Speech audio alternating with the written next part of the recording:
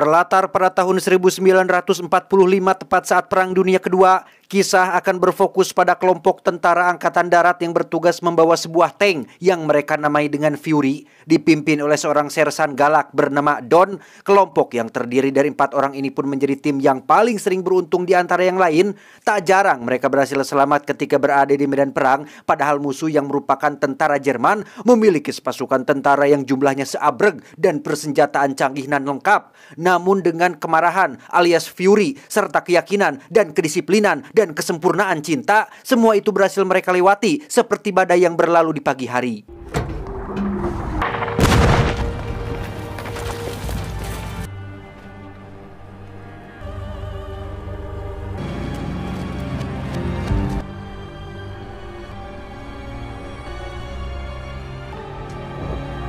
Di body camp, Don langsung menurunkan satu anak buahnya yang sudah maut agar diurus dan dipulangkan ke keluarganya. Ia juga disambut oleh beberapa rekan dari tim lain yang juga berhasil selamat. Seorang sersan mayor yang memimpin seluruh tim pun cukup terkejut saat mengetahui jika hanya Don dan timnya lah yang berhasil bertahan hidup dari peleton ketiga yang terjun di medan perang.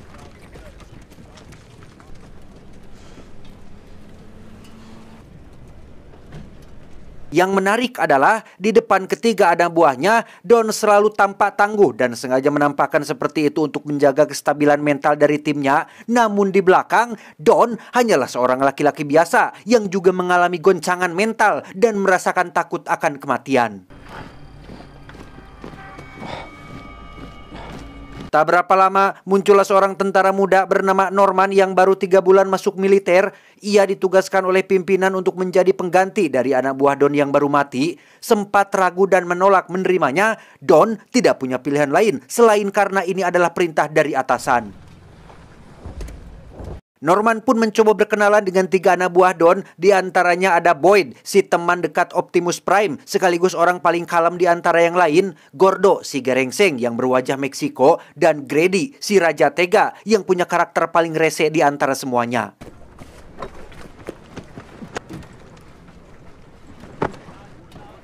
Please hand my book back. Hey, hush up, man. Nobody gives a where you from. Tugas pertama Norman adalah membersihkan bagian dalam tank. Di situ Norman menemukan beberapa foto yang tertempel pada dinding. Foto itu adalah foto keluarga Don dan anak buahnya. Mereka sudah menganggap tank ini sebagai rumah dan tempat tinggal. Namun yang menjadi masalah adalah Norman harus membersihkan banyak sekali darah dan sisa-sisa tubuh dari anggota sebelumnya, yang hal itu cukup membuatnya muntah angin lenca.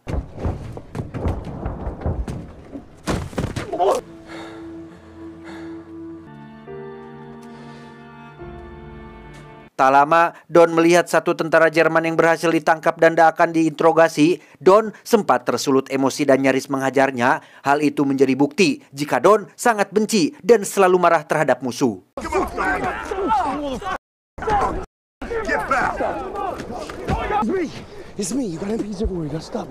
Don memberikan senjata api kepada Norman dan menyuruh Grady untuk mengajarinya. Don dan beberapa sersan lain dipanggil atasan untuk menerima tugas baru, yaitu mengambil alih sebuah kota sekaligus bertemu dengan anggota lain yang sudah ada di sana.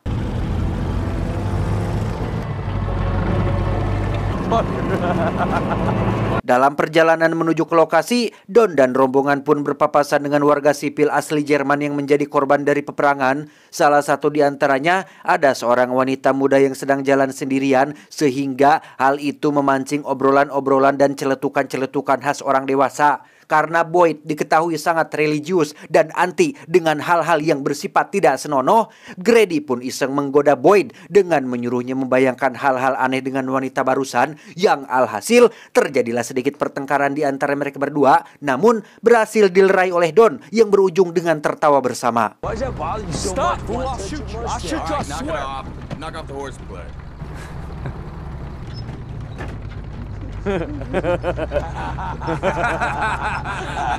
Saat melewati jalan setapak, Norman tak sengaja melihat tentara musuh yang berada di balik semak-semak. Bukannya langsung menembak dan memberitahu yang lain, Norman justru hanya diam saja yang membuat musuh menyerang duluan, sehingga sersan mayor yang berada paling depan pun menjadi korban, dan itu cukup membuat Don marah besar. Norman! I'm really sorry, Sergeant. You chop him off! Sergeant! Here, Gordo.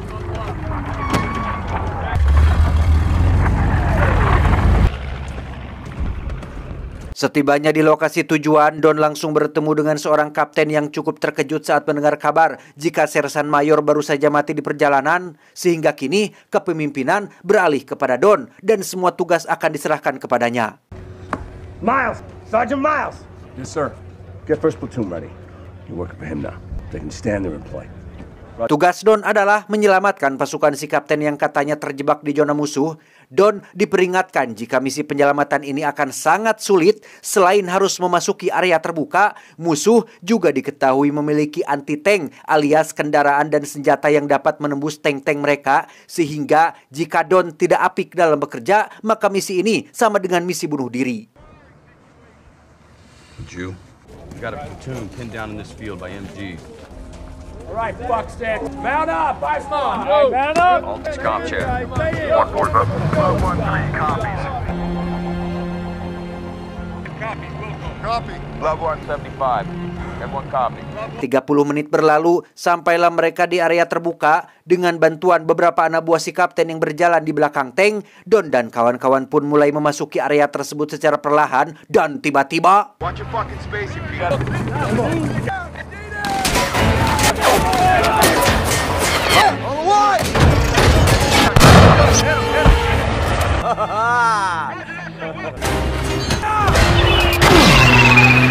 ya, ada tentara musuh yang bersembunyi di bawah tanah. Mereka menggunakan senjata mesin dan peluru tank berkecepatan tinggi. Norman lagi-lagi membuat Don kesal ketika ia telat mengisi peluru dan seolah sengaja melakukan itu agar tidak membunuh. Namun itu tidak menjadi masalah karena pada akhirnya Don dan kawan-kawan berhasil membuat mereka menyerah.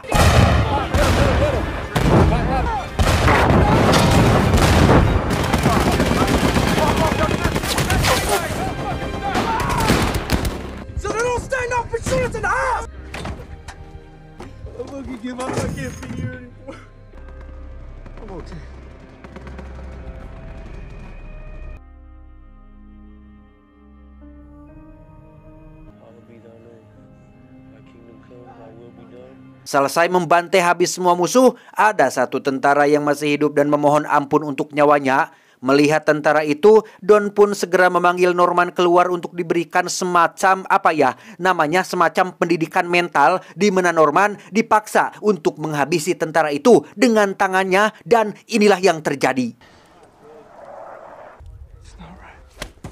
Wrong. We're here to kill them. He's here to kill you.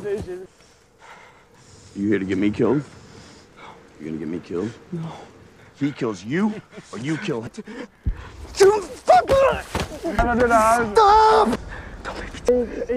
Do it, Norman.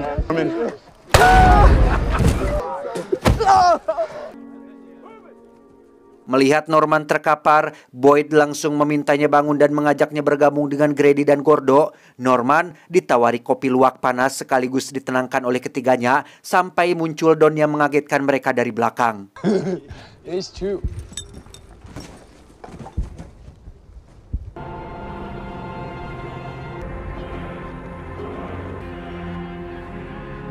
Setelah melanjutkan perjalanan selama kurang lebih 3 jam lamanya, sampailah Don dan pasukan di kota kecil yang dimaksud, di mana saat mereka sedang menanyai seorang warga sipil yang ada di sana, tiba-tiba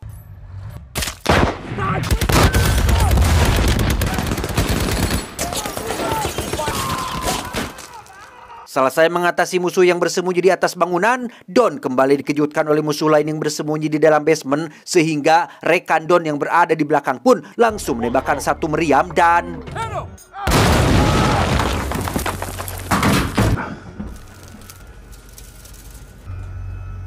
selesai dengan ketegangan barusan, sebagian tentara musuh yang masih tersisa pun akhirnya menyerahkan diri. Don dan kawan-kawan pun akhirnya bisa beristirahat sejenak dengan menikmati beberapa hal yang tersedia di kota kecil ini. Salah satunya adalah wanita, di mana Don dan Norman sendiri tak sengaja melihat seseorang yang bersembunyi di balik jendela dan memutuskan masuk ke sana untuk memeriksa.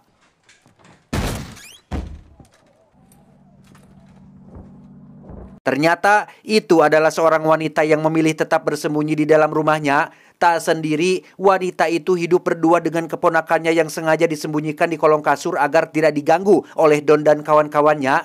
Beruntung si Don ini adalah sosok yang tidak seperti tentara lain yang mudah terpancing syahwatnya, sehingga si wanita dan keponakannya hanya disuruh untuk menyiapkan makanan dan beberapa butir telur untuk digoreng dadakan.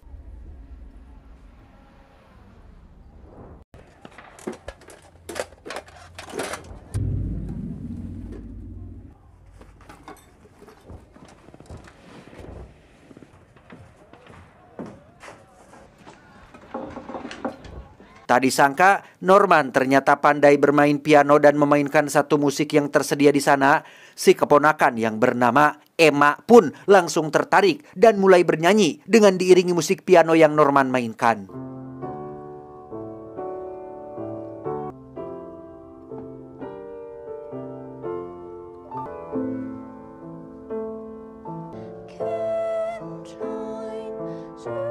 Menyadari Norman dan Emma seumuran, Don pun menyuruh mereka berdua masuk ke kamar. Bingung mau ngapain, Norman pun membaca garis telapak tangan Emma serta membahas tentang perkembangan saham dan ekonomi dunia, juga saling beradu argumen terkait sosial, budaya, flora, dan fauna yang pada akhirnya membuat keduanya saling jatuh cinta.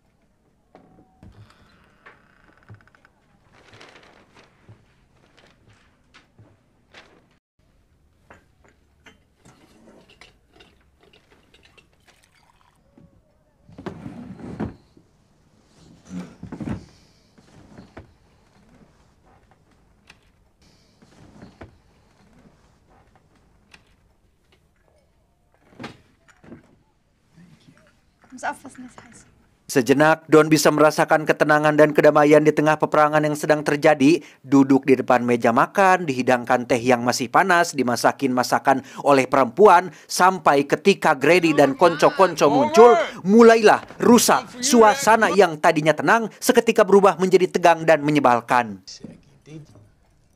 Did you? You man, right? Anyone touches the girl, they get their teeth kicked in. Georgia right there. Touch. You a man, right? Get some pussy. You a man, right? Right. Donkey.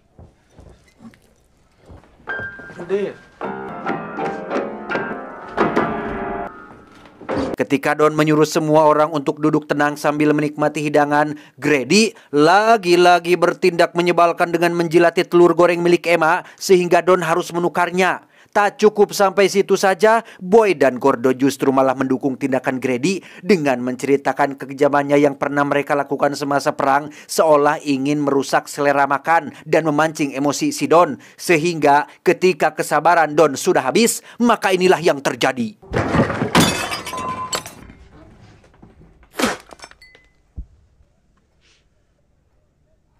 Tak lama, muncullah satu tentara yang memberitahu tentang misi mereka selanjutnya, di mana Norman sempat mencoba saling tukar alamat agar bisa mengirimkan surat, tapi keburu dicegah oleh Grady. Yang tepat saat mereka semua akan berangkat, musuh menembakkan satu serangan dadakan yang tepat mengenai bangunan tempat Emma dan bibinya tinggal.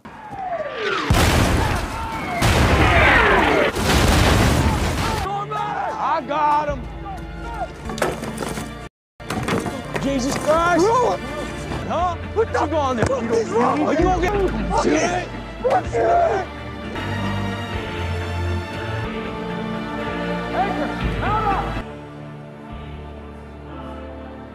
Dalam perjalanan menuju ke lokasi selanjutnya, Don terus memperhatikan Norman yang ngahulang tarik alias bengong, seolah masih tidak percaya dengan apa yang baru saja dilihatnya. Inilah perang, inilah dunia yang sebenarnya. Norman terlalu memakai ruang perasaan dalam hal ini, padahal dalam menghadapi berbagai urusan duniawi, kita dituntut untuk memakai ruang akal agar tidak menimbulkan kegelisahan dan kekecewaan yang mendalam.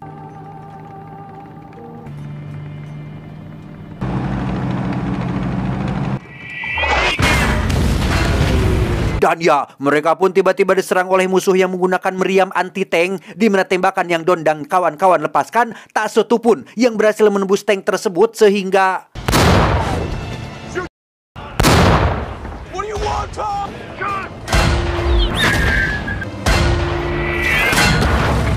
Tersisa 2 tank lagi, yaitu tanknya Don dan tanknya si Samsul. Mereka memakai strategi menyebar untuk membuat musuh kebingungan. Akan tetapi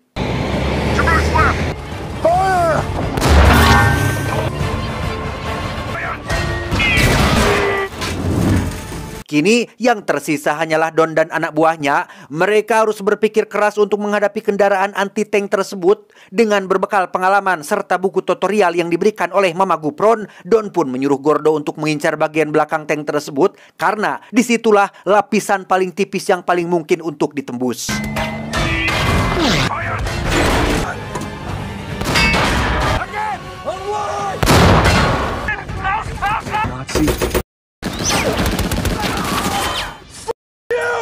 Setelah musuh tumbang, Norman akhirnya bisa dihargai oleh semua orang berkat tindakannya barusan yang sudah berani melepaskan tembakan sekaligus kali pertama dia bunuh orang.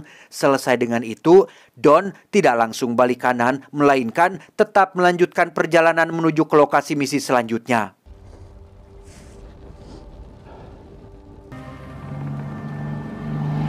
Saat melewati jalan kecil yang terdapat sebuah rumah peternakan yang ditinggalkan, tank Fury milik mereka pun melindas ranjau yang mengakibatkan rantai roda putus. Sedangkan itu tidak dapat diperbaiki oleh teknisi biasa atau bengkel bantu bles konvensional pada umumnya. Alhasil, mereka semua pun harus turun dan mencoba memperbaikinya dengan alat-alat seadanya.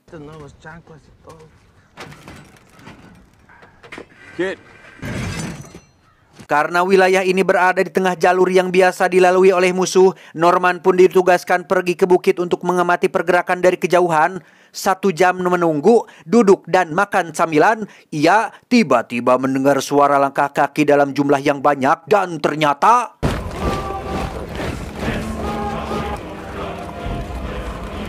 Norman langsung berlari memberitahu Don bahwa ada 1 batalion tentara Jerman yang sedang menuju ke arah mereka, sehingga tak ada pilihan lain untuk Don selain harus meninggalkan tank Fury yang selama bertahun-tahun sudah ia anggap sebagai rumahnya sendiri.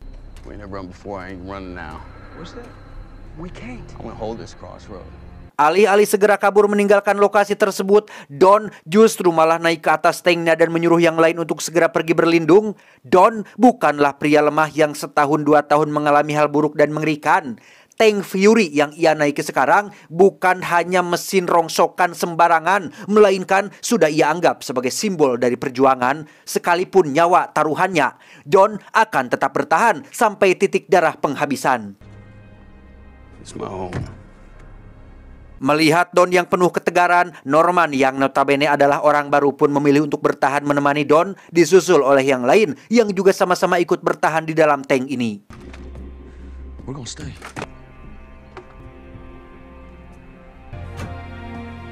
Sebagai strategi bertahan dan menyerang, mereka menggunakan 1 jasad tentara Jerman untuk dibelem dan diletakkan di atas tank. Hal ini bertujuan untuk mengecoh 1 batalion yang akan datang agar mereka mengira tanknya sudah ditinggalkan.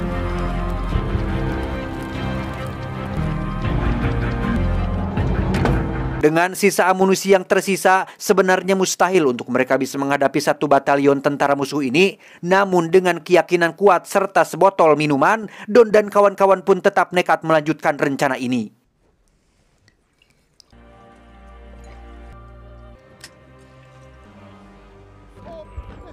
Sesuai rencana, ketika tentara musuh tiba, mereka langsung naik ke atas tank untuk memeriksa bagian dalamnya dan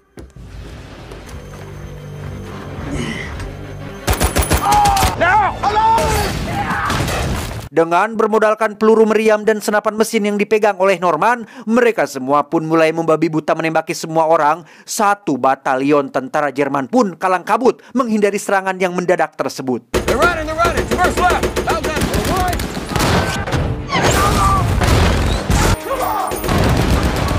Saat peluru meriam dan amunisi habis, mereka pun dengan cepat melemparkan granat asap supaya Boyd bisa mengambil senapan mesin yang berada di bagian atas tank, di mana Don dan yang lain harus terus menembak untuk melindungi Boyd yang keluar dari pintu atas.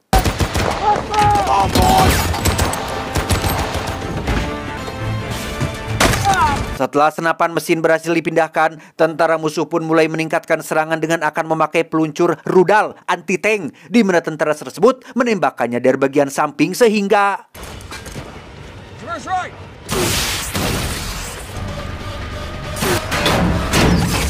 Ya, Grady pun tertembus peluru di bagian perutnya dan harus menjadi orang pertama yang maut dalam tim ini. Tak punya waktu untuk berduka, Dondiang yang lain pun terus menembak sampai akhirnya semua amunisi habis tak tersisa.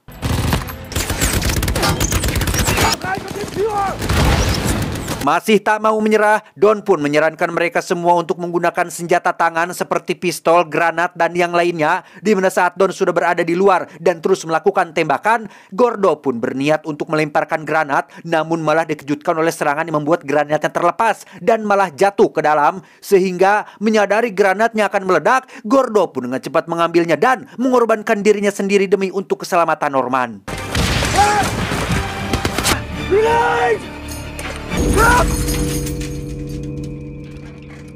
Tak hanya Gordo saja, Boyd pun harus menjadi orang ketiga yang mati dalam misi ini ketika kepalanya malah nongol keluar, di mana pada saat yang sama, satu sniper musuh pun terus mengendap di antara lumpur basah dan berhasil mengenai Don tepat di bagian dada atasnya.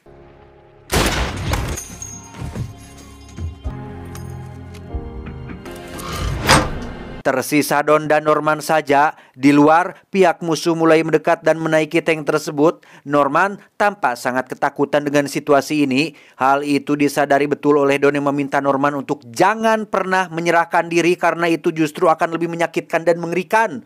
Don menyuruh Norman untuk turun melalui pintu bagian bawah tank karena ia tahu jika Norman masih muda dan masih ingin hidup lebih lama.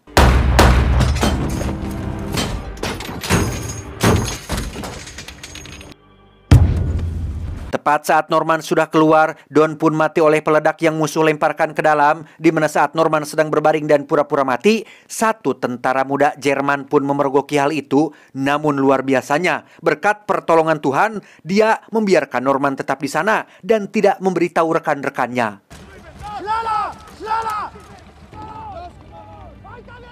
Keesokan paginya setelah diberi kesempatan hidup oleh Tuhan dengan menggerakkan hati tentara musuh yang semalam, Norman pun kembali masuk ke dalam tank untuk memeriksa keadaan Don dan rekan-rekan. Namun tiba-tiba saja ada seseorang yang membuka pintu dari luar yang ternyata... One's alive. Ya, itu ternyata adalah tentara Amerika yang datang untuk menyelamatkan Norman. Sehingga setelah semua ketegangan dan mimpi buruk ia lalui, Norman pun mendapat pengalaman dan pelajaran berharga bahwa lain kali jika mau perang, bawalah amunisi yang banyak agar tidak kehabisan saat berada di lapangan.